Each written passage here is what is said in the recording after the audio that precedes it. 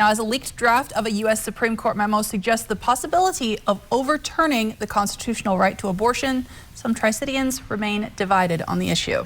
KVU's Ellie Nakamoto-White is live in Richland, where a reproductive rights rally is going on. And Ellie, what's it looking like out there?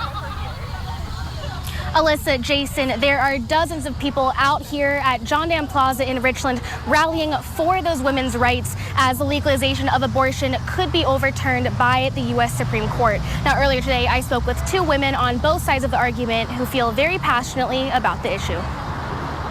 The debate over abortion continues. The Roe v. Wade lawsuit that led to the landmark 1973 Supreme Court decision now back in discussion after a draft memo from the country's highest court to possibly overturn the constitutional right was recently leaked. For Kennewick resident Patricia Jordan, the idea of the legality being revoked is immeasurable, the suffering that will come. Jordan's mother was only 37 years, 8 months, and 11 days. When she died from an illegal abortion in Texas back in 1953. She was bleeding. I had no comprehension of what was going on, and I carried all of the towels from the bedroom, and I remember the blood being bright red. Patricia was only 11, her brother 10. She never got out of that bed. The two ended up in an orphanage, but she says other children might not face that same opportunity. Lydia Veter says she took it upon herself to bring awareness in the community after regretting her own experience.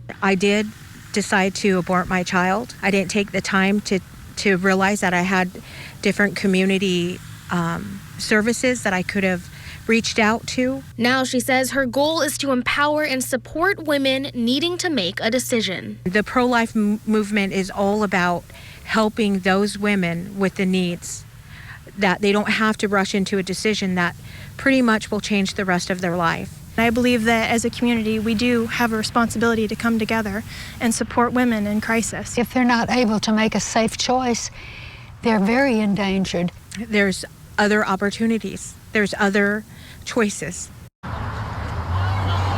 Behind me, you guys can see lots of signs. There are cars that are honking their horns driving by. Just a couple minutes ago, people were chanting in support of those women's rights. So far, we don't see any counter-protesters, but organizers say that they will be out here for the next couple of hours.